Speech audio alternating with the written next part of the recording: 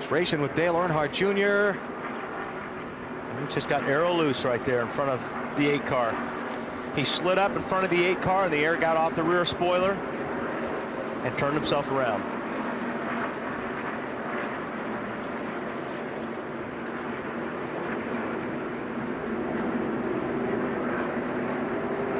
Or I think he got into him. the 8 nudged him. We'll see right here. I think this will be a better look at it. I don't think he did. Nope. He was loose before the 8 He got air loose there.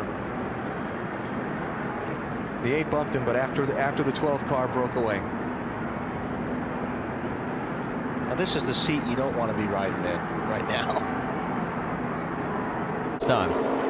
That looks like Todd Bodine got another one there.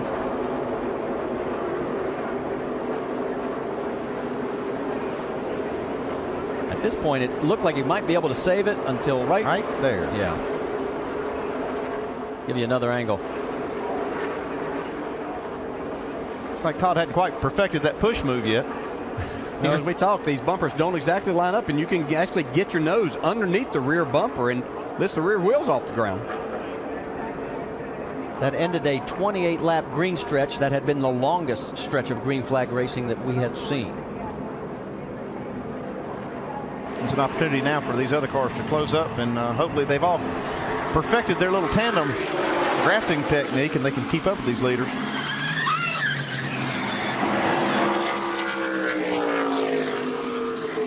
So, as several drivers have experienced. Now we already see the 52 truck, the Oakwood Homes truck of Schrader going around. That's Terry Cook right behind him. And look at Setzer. Here he comes.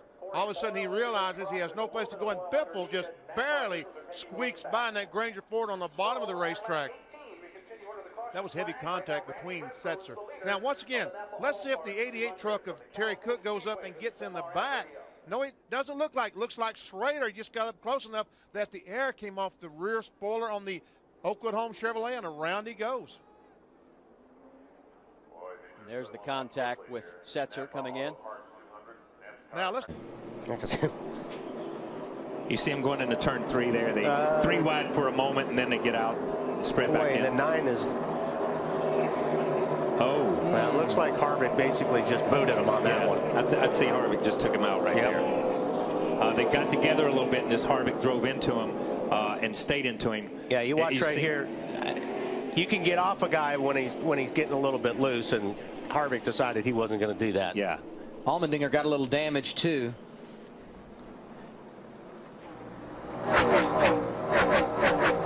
Watch Almirola and Stenhouse sneak through unscathed. Wow. Yeah, Coming up off the heck out of you. This is a great view of it. Never see the 47 car as he comes off the wall. He just brushes it.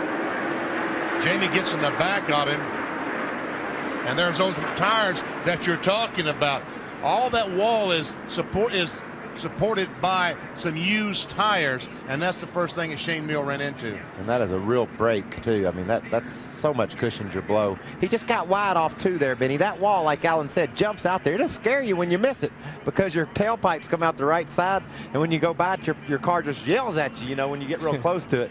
And so Shane just got a little wider there than he meant to, and got into that wall. Wow, Ashton Lewis just squeezed through there in the 46. And a lot of damage to the 47 car, to the nose of it. Yeah, and I don't exactly how he broke loose. Eli, it looked like he just went in there so hard in turn 3. That's one of the light places where the back end of the car really gets light going in the corner.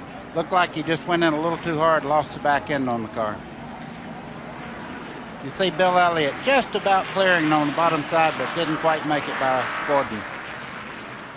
We'll take a look at it again from a second angle. And Glenn Jarrett, we were all talking about this scenario this morning. The fact that Ted Musgrave in this instance was very close behind Gordon. And we're starting to see with different spoiler rules now. That when you do get your tires that you have enough of an advantage on lap time over them guys. Watch this. Hornaday's on the outside of 3 wide, and he has to turn.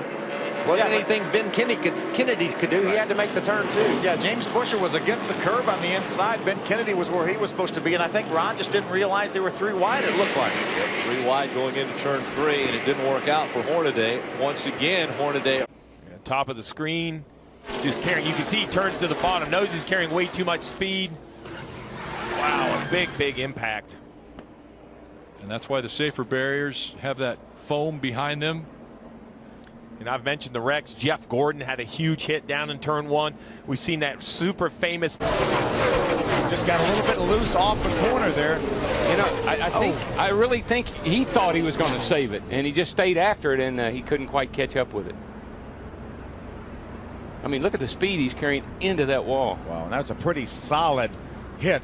If you hit with the front and then the back, it seems like you lose a lot of the energy, but when you hit it as flush as Robert did like there, it really transfers a lot of that energy right into. Sparks from the 43 where the car bottoms out a little bit. Oh, he's going to get Bubba loose. Oh, yeah, he got loose. And then, bam, right there, they did make contact. Wow. These cars, it's so hard to describe, especially with the right side tire that has to be as durable as Goodyear has to bring here because of these high speeds. It's so edgy from being underneath you to just stepping out. I hate that for David Reagan. I do too. Nice guy, second-generation driver from Georgia. Had some good runs, but had some rough finishes this season. Mike, we're way over 200. Happened to Derek Cope in the 73. Oh, there is a contact with Hendrick. He got into the back of Kenny Hendrick. We were watching Derek Cope while Hendrick was going up here to the outside, and he made contact with the outside wall. Well, Kevin Conway just made it by 2. He just cleared him there. And the 29 car of Light, he just barely got through 2. And let's ride along with Kevin Conway and see watch him get through. He's going to have the best view of this accident. Better than he wanted. So he negotiated the first spin, and then he had to get around the second spin right there. Let's watch this one more time. Look at the 87 car. Clears that. Goes to the bottom. Clears another one. Oh. Wow, Carl Edwards and Stephen Light both able to get by there. On for quite some time. Here is the incident right here. Brendan Gaughan had to chase his truck up, caught the left rear. And that's what I talked about earlier. The truck on the inside loses the aero, loses the side fork. Brendan, he chased that truck up the track there just a little bit, and he got right into the quarter panel of the 2 and sent them around. We saw that 3 times with the 11 of David Starr last week. Now, it wasn't necessarily a situation. Left. Ready already. And Rush is going to hit Andretti. Yeah. And that's when we see the fire.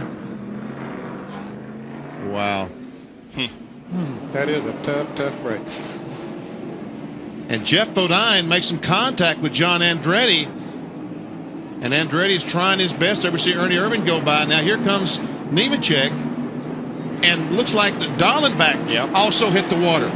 Dallenbach was the first to hit the water, and then Andretti slid into it, knocking over the barrels. And then right in front of Rusty Wallace, Rusty had no place to go. And this is Rusty's roof.